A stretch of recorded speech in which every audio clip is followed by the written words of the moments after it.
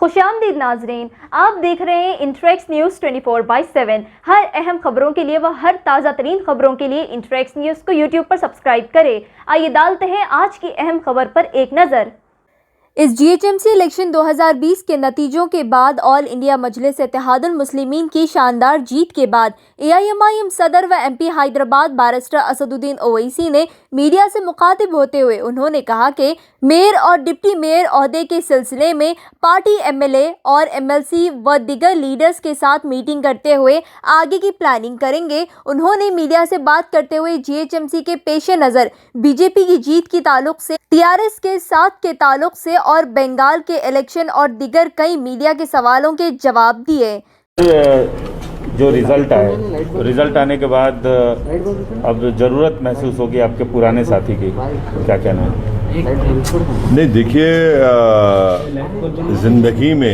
ज़िंदगी के सफ़र में हमको आपकी ज़रूरत पड़ती है, सबकी ज़रूरत पड़ती है, मगर जहाँ तक मेयर और डिप्टी मेयर इलेक्शन का सवाल है, जब तक state election commission 150 municipal wards का ऑफिशियली रिजल्ट डिक्लेयर नहीं करता है, क्योंकि निरडमेट एक म्यूनसिपल वार्ड का नतीजा आने वाला है, रुका हुआ है कोर्ट के कुछ फैसले की वजह से, और उसके बाद ही ये प्रोसेस शुरू होगा मेयर और डिप्टी मेयर का। अभी हमारे पार्टी में इस सिलसिले में मैं अभी कोई बातचीत नहीं हुई है। मैं अपने पार्टी के जिम्मेदार एमएलए से, तमाम लोगों से बात करूंगा, और ना टीआरएस से हमारा कोई कांटेक्ट, ना हम उनसे करें ना वो हमसे किए, तो जब ये टाइम है उसके लिए।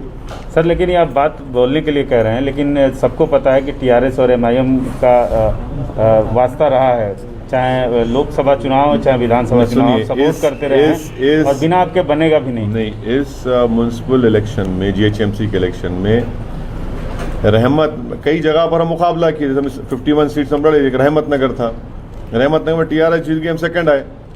हम तो कोशिश की टीआरएस को हराने की, वहाँ पर टीआरएस ने हम हमारे कैंडिडेट्स को हराने की कोशिश की, तो ये बात बिल्कुल गलत है, ये इसमें कोई सच्चाई नहीं है।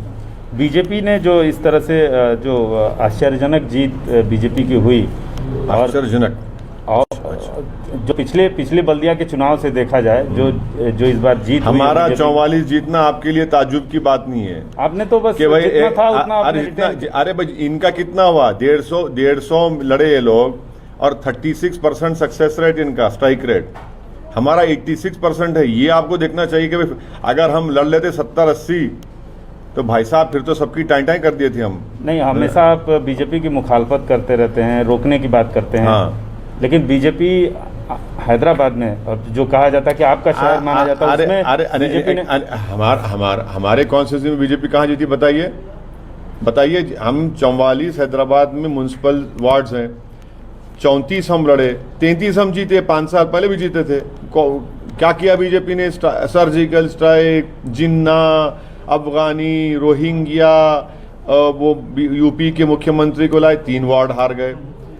अमित शाह को गृह मंत्री को लेकर आए, वो आपका घासी बाजार हार गए। अरे इतना रीड मत करिए, ये वक्तिया कामयाबी है, ज़्यादा दिन नहीं चलने वाला है ये।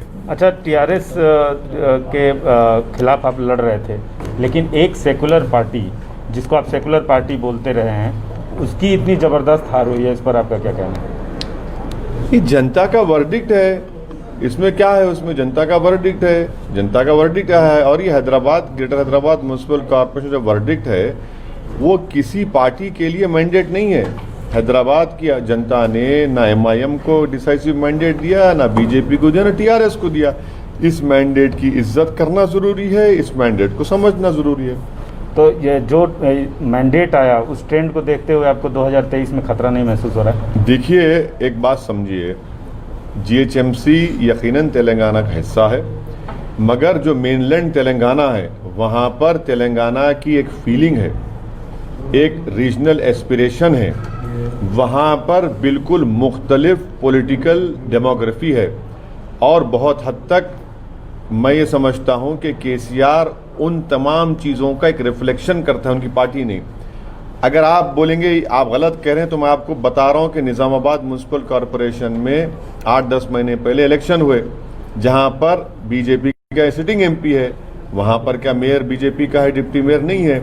करीमनगर म्यूनसिपल कॉरपोरेशन के इंतखाबात हुए, इलेक्शन हुआ, वहाँ पर बीजेपी का स्टेट प्रेसिडेंट है, एमपी है, वहाँ पर बीजेपी का मेयर डिप्टी मेयर नहीं है। तो इसीलिए हम कह रहे हैं कि आप बहुत ज़्यादा इसको रीड मत करिए इस डिसीजन को। मेरा मानना यह है कि आज भी टीआरएस एक फॉर्मिडेबल फोर्स है मेनलैंड तेलंगाना में।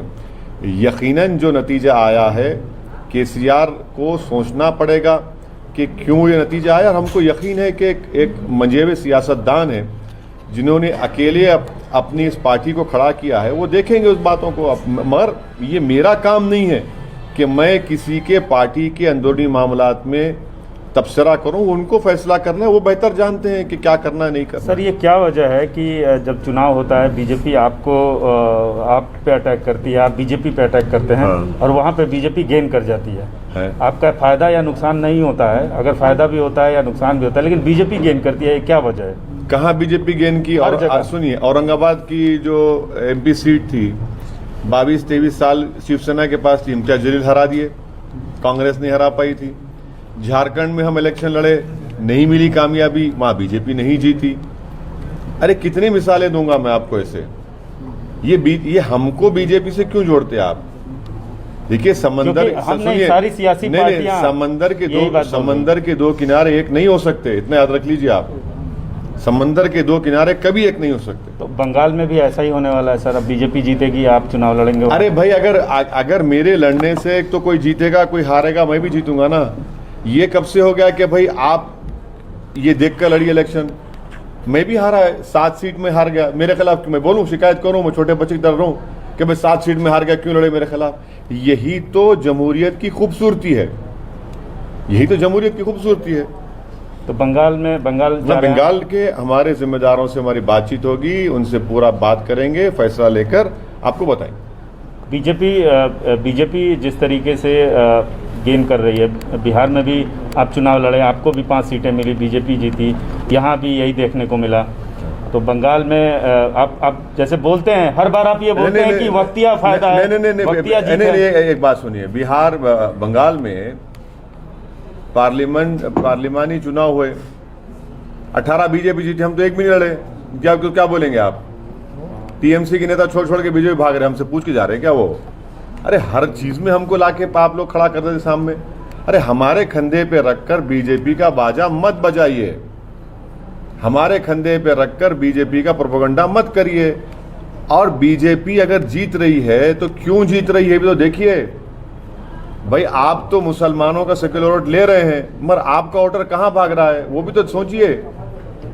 आप वो क्यों नहीं सोचते? जिस दिन ये तमाम जो अपने आप को सेक्युलर कहते हैं वो इस चीज को सोचेंगे, समझेंगे, प्लान आउट करेंगे, तभी जाकर बीजेपी से मुकाबला कर पाएंगे। अगर ये दिन रात 24 घंटे से असदुद्दीन ओवैसी और एमआईएम करते रहेंगे तो कोई फर्क पड़ने वाला नहीं है। करते रहिए, आप हमारा नाम लेते रहिए, हम और आगे बढ़ते जाएंगे। यानी बीजेपी भी आगे बढ़ती जाएगी। अब बीजेपी आगे बढ़ रही है तो इनकी वजह से बढ़ रही है। बिहार में इतना एंटी इनकम्बेंसी था जेडीयू के खिलाफ, और अब वहां नहीं जीतते आप, तो इसका जिम्मेदार किसको देंगे आप? अरे भाई आप नहीं जीत पा रहे तो हमको आप इनकी वजह से, तो ठीक है बोलिए, कोई बात नहीं। सर, हैदराबाद की जनता कब तक उम्मीद करे अपने नए मेयर? अभी तो ये तो प्रोसेस उसका है, उसका एक स्टैट्यूट है, एक्ट है, उसके मुताबिक जब एक्ट आएगा, लॉ आएगा तो फैसला होगा। अगर मेयर एमआईएम के हिस्से में आता है, कोई फैसला नहीं हुआ है हमारी पार्टी में। जब बातचीत होगी, फैसला होगा, जब वक्त आएगा तब आपको बताएंगे। बस Subscribe now and press the bell icon. Never miss an update.